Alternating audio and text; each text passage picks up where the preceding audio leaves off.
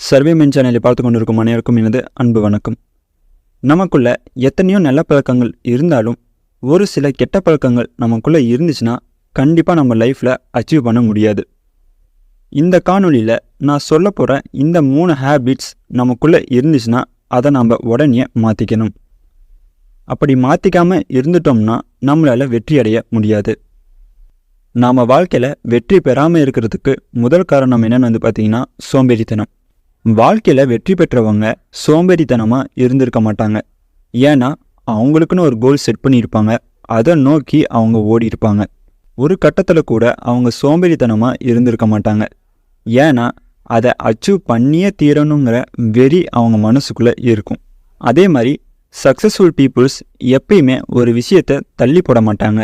ஒரு விஷயத்தில் அவங்க முடிவு பண்ணிட்டாங்க அப்படின்னா அதை அடையிற வரைக்கும் முயற்சி தான் பண்ணுவாங்களே தவிர எந்த விஷயத்தையும் தள்ளி போடவே மாட்டாங்க.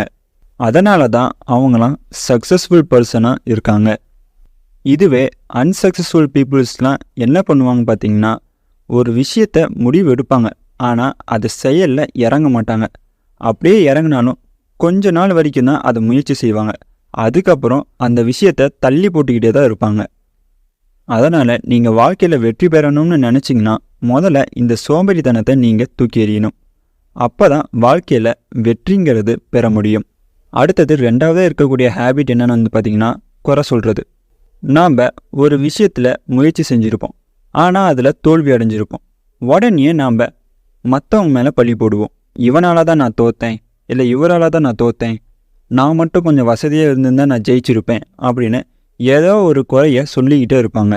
இதுவே சக்ஸஸ்ஃபுல் பர்சன்ஸ்லாம் ஒரு விஷயத்தில் தோல்வி அடைஞ்சாலும் அதை முழு மனதோடு ஏற்றுப்பாங்க. அவங்க யார் மேலேயும் பழி போட மாட்டாங்க. அதனால் நீங்கள் சக்ஸஸ்ஃபுல் பர்சனாக ஆகணும்னு நினச்சிங்கன்னா குறை சொல்கிறத முதல்ல நிறுத்திட்டு முயற்சிகளில் நாம் இறங்க ஆரம்பிக்கணும். அப்போ தான் வாழ்க்கையில் வெற்றி பெற முடியும். அடுத்தது 3வது இருக்கக்கூடிய ஹேபிட் என்னென்னு பார்த்திங்கன்னா நெகட்டிவ் திங்கிங்.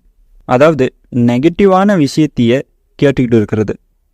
இந்த நெகட்டிவான நியூஸை இல்லை விஷயத்தை நம்ம கேட்கும்போது நமக்கு நெகட்டிவ் தாட்ஸ் தான் அதிகமாக வர ஆரம்பிக்கும்.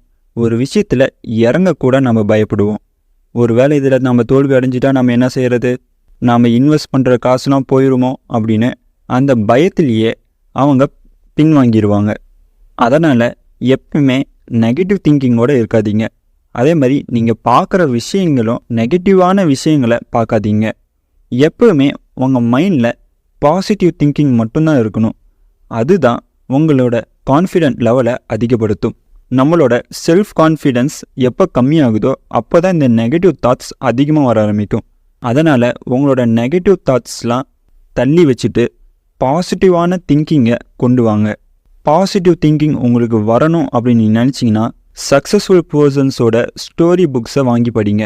கண்டிப்பாக அது மூலமாக உங்களுக்கு பாசிட்டிவ் திங்கிங் அதிகமாக வர ஆரம்பிக்கும். அதே மாதிரி செல்ஃப் கான்ஃபிடென்ஸும் ரொம்ப அதிகமாக இருக்கும். அதே மாதிரி ஒரு விஷயத்தில் நம்ம முயற்சி பண்ணிகிட்டு இருக்கும்போது ஒரு கட்டத்தில் நமக்கு நெகட்டிவ் திங்கிங் வந்துச்சுன்னா இது வரைக்கும் நீங்கள் செஞ்ச செயல்களை ஒரு நிமிடம் யோசிச்சு பாருங்கள். ஏன்னா ஒரு சில பேர் ஒரு கட்டத்துக்கு வரைக்கும் தான் முயற்சி பண்ணுவாங்க. அதுக்கப்புறம் அதில் எந்த ரிசல்ட்டும் வரல அப்படின்னா உடனே பின்வாங்கிடுவாங்க. அந்த மாதிரி தப்பை செய்யாதீங்க. இன்றைக்கி இல்லைனாலும் கண்டிப்பாக ஒரு நாள் வெற்றி பெறும் அப்படிங்கிற ஒரு நம்பிக்கையோட முயற்சி பண்ணிக்கிட்டே இருங்க. அப்போ தான் உங்களோட செல்ஃப் கான்ஃபிடென்ஸோட லெவலும் அதிகமாகும். நான் சொன்ன இந்த 3 ஹேபிட்ஸும் கண்டிப்பாக இன்னிலிருந்து நம்ம தூக்கி எறிஞ்சிட்டு நல்ல பழக்கங்களை நம்ம பழக ஆரம்பிக்கணும். நல்ல பழக்கங்கள்லாம் என்னென்ன அப்படின்னு கேட்டிங்கன்னா ஏற்கனவே ஒரு வீடியோ நான் போட்டிருக்கேன்.